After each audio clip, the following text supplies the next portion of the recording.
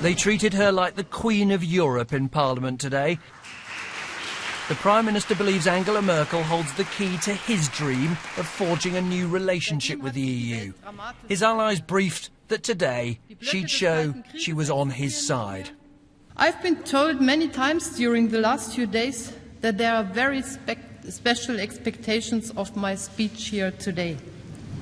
Looking on, ever so nervously, the men who know that her intentions will form the backdrop to their election campaigns. Some expect my speech to pave the way for a fundamental reform of the European architecture, which will satisfy all kinds of alleged or actual British wishes. I'm afraid they are in for a disappointment. She would, she swiftly added, also dash the hopes of those who thought she'd rule out change. Switching to German, there was plenty of talk of reform, but no promise to change Europe's treaties, none to give powers back to Britain. We need a strong United Kingdom with a strong voice inside the European Union. If we have that, we will be able to make the necessary changes for the benefit of all. Left unstated at the end of a well-received speech, what exactly those necessary changes are. What the Prime Minister knows is that on his own, he can change nothing in Europe. It takes the votes of 27 other leaders. Some, of course, matter rather more than others, which is why Germany's Chancellor got the red carpet treatment today. Angela Merkel has the power to make or break David Cameron's dream of reshaping the European Union. She said nothing today to convince his sceptics that Germany is really on his side. After lunchtime talks, David Cameron joked and teased and flirted with the woman, who his aides claim sees him as like her naughty nephew.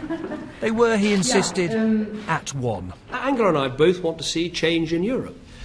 We both believe that change is possible. And I believe that what I'm setting out, the sort of changes that Britain wants to see to build confidence in our membership of this organisation are possible and deliverable and doable.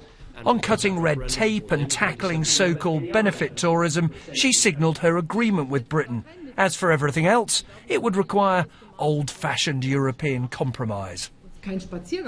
It's not a piece of cake. It's going to be a lot of work. But we've already worked quite hard on other issues. If one wants Britain to remain in the European Union, which is what I want, if one at the same time wants a competitive union that generates growth, one can find common solutions. Who she'll negotiate those with is, of course, still a matter for the British electorate. Hence the talks with a man who may become Prime Minister Miliband. Today has confirmed that David Cameron's approach to Europe just isn't working.